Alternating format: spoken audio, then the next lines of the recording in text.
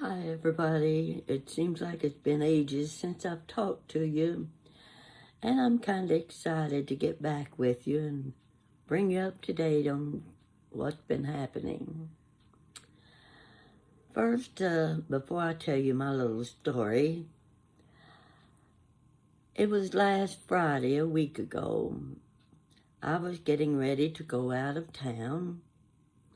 I had an appointment to get my hair cut. It was getting so long and shaggy, and I couldn't stand it anymore, so I had a friend back home who was a beautician, and I liked the way she cut my hair. So I made an appointment with her, and instead of driving myself, which my daughter won't let me do anymore, I have a niece living here, and she was going home for the weekend, and I said, well, can I just ride down with you and save me the trip of going by myself? She said, sure. Okay. I was going to meet her at her house. So I'm packed, ready to go, put everything in my car, and I'm outside, headed for the exit at the end of the parking lot. Now, the big mistake I made was taking that exit instead of another exit, because that put me right on Main Street, and Main Street is a pretty busy place. Another problem was there's a blind spot right where the fence connects to the drive. I couldn't see the traffic coming from the traffic light about a half a block away. So I knew I was going to have to be very, very careful. I was looking and checking the traffic both ways, and I thought, I think it's clear now. So I stepped on the accelerator and started out. Big mistake. Where did that pickup truck come from? I had no sign of it when I started out of that driveway. Young man in pickup truck, he tried to avoid me by getting over into a turning lane, but that didn't work. I ran smack dab into the passenger side of his pickup truck. Oh dear, what damage have I done? Well, the car was still running, and I knew I had to get it out of the middle of traffic because there'd be more pileups. I backed up into the driveway to get out of the lane on Main Street. The young man stepped out of his pickup truck, and I'm wondering, oh, who am I going to be dealing with?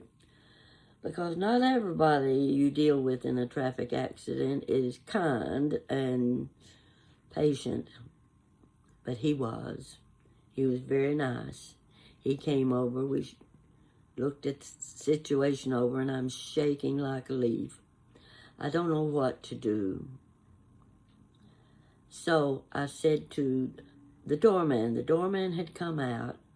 He had his iPhone with him, and I said, will you call the police and tell them they need to come? Well, at least I thought they needed to come. But there was no injury to either of us. We were both fine. So the next step was, the only thing I knew to do was call my daughter. That's what I always do when I don't know what to do. I said, I've had an accident. I'm fine. I'm not hurt. But my car is a mess. Stay right there. I'll be right there in 15 minutes. And in 15 minutes, she was here. She's one of those people that can take the situation, and she knows exactly what to do, how to do it, and step by step, she takes care of it. So there I was. She said, I'll take you over to the niece's house, and we'll leave the car here in the parking lot. On the way, I called my mechanic, and I said, I've had a wreck. I've totaled my car. I'm on my way out of town. I'll be back on Monday. I'll call you then, and I want you to come and get the car. He said, fine, that'd work fine. Well, of course, I'm upset, and I'm thinking, what am I going to do? I don't have a car. The thought of having to buy a new car, the whole situation of getting it all straightened out and life back to normal again was upsetting. So I spent the week. I knew I had to have another car. Now, I wasn't going to buy a new one. I don't need a new car at my age. I just need one that will take care of my needs driving around town, just going here and there to the grocery, the small errands and things that I need to run. That's all I needed a car for.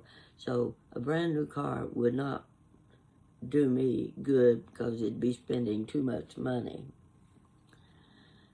Okay, I get back home after I made my trip out of town. I get back home.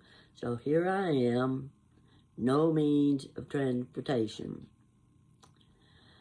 Do you realize how many things you need to do and how many places you need to go when you don't have a car that runs? Yes, you can think of all kinds of things you need to be doing. So here I sat from Monday till today. I couldn't go anywhere, couldn't do anything. And of all things, I was running out of Dr. Pepper. I love my Dr. Pepper. It's the only thing I drink. I don't drink coffee. I'm not a water person. So I'm like my mother. She loved Dr. Pepper too. So I'd already run out of Dr. Pepper. So now I'm down to making iced tea. So I began drinking iced tea. Then there in the kitchen, my ceiling light goes out. Now I have a kitchen that does not have a window. And you go in a kitchen like that, it's pitch black. You can't do anything. You can't cook. You do well to open the refrigerator door so you'll have a little light to fill a glass full of water. Okay, no lights in the kitchen. Couldn't do any cooking there. Then they've been working on our elevators. We're getting new elevators, and it's a long process. And for 2 days, they were going to have to shut down the elevators, and you would have to use the stairway.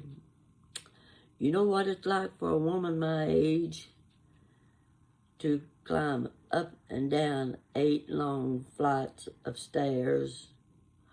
Well, you don't do it. You manage to stay home. And nobody can come and bring things to you because they have to climb the 8 flights of stairs.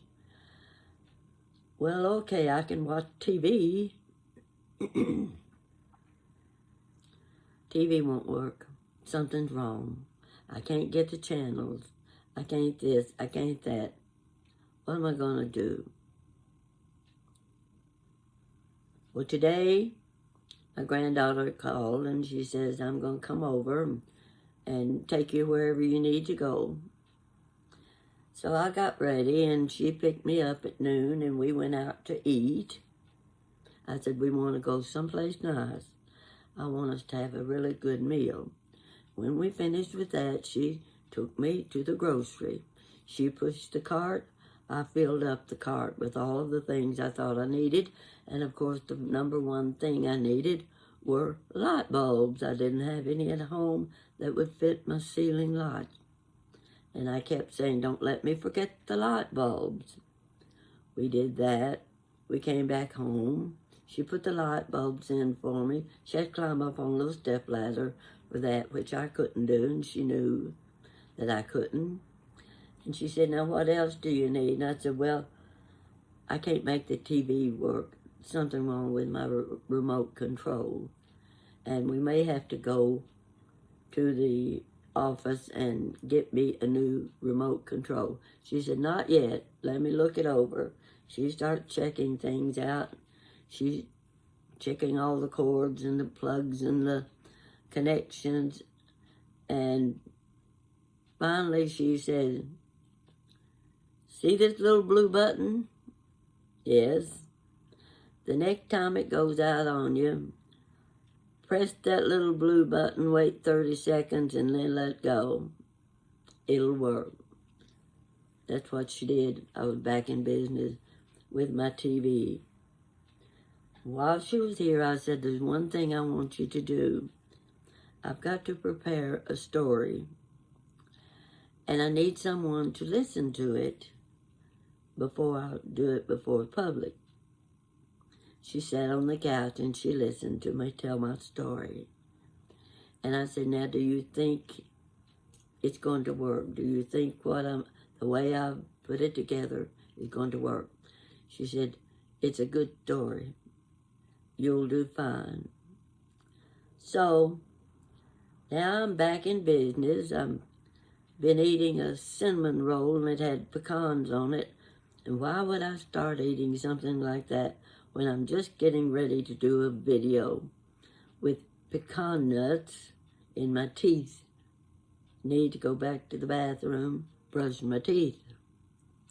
So I'm here telling you this because I have been away for a few days and I was anxious to get back with you and try to come up with a nice little story.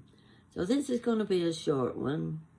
It doesn't apply to anything special, except I like the story and I've been wanting to tell it to you for a while. Now, this same granddaughter, 26 years ago, she was in high school. She's a very pretty girl. She's a very smart girl. Always has been. And she and her sister, both in high school. During the summer months, the school system has a program where they have families take in exchange students for the summer. And so my daughter Jan said, "Okay, we'll do that. You get a young teenage girl that wants to come stay with us for the summer. We'll be glad to have her. That will be fun." Come to find out, the young girl that was going to be staying with them for the summer was from Paris, France. Oh my, Jessica has been studying French for 3 years. She's getting pretty good. She can speak French fluently. She can carry on a conversation with you, and you would never know but what she'd been speaking French all her life.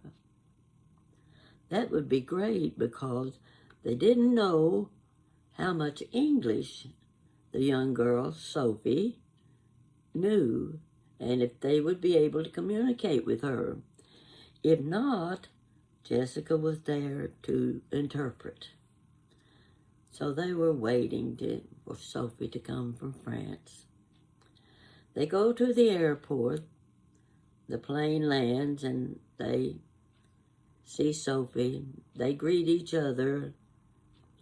And Jan thinking, she's been on that plane a long time. She probably needs to go to the restroom because we've got a long drive home. So she walks up to Sophie and says, "Do you need to go to the bathroom?" And Sophie just looks at her with a blank stare. Uh-oh. Sophie didn't understand what Jan said. So she asked her again, "Do you need to go to the bathroom, Sophie?" And Sophie just shrugged her shoulders. "Well, this is going to need Jessica's attention. Jessica, come here, I need you to help me." Sophie doesn't understand what I'm saying. I need you to ask her if she needs to go to the bathroom before we go home. Now, Jessica, with her 3 years of French, speaking it fluently, turns to Sophie and says, "Do you need to go to the bathroom?"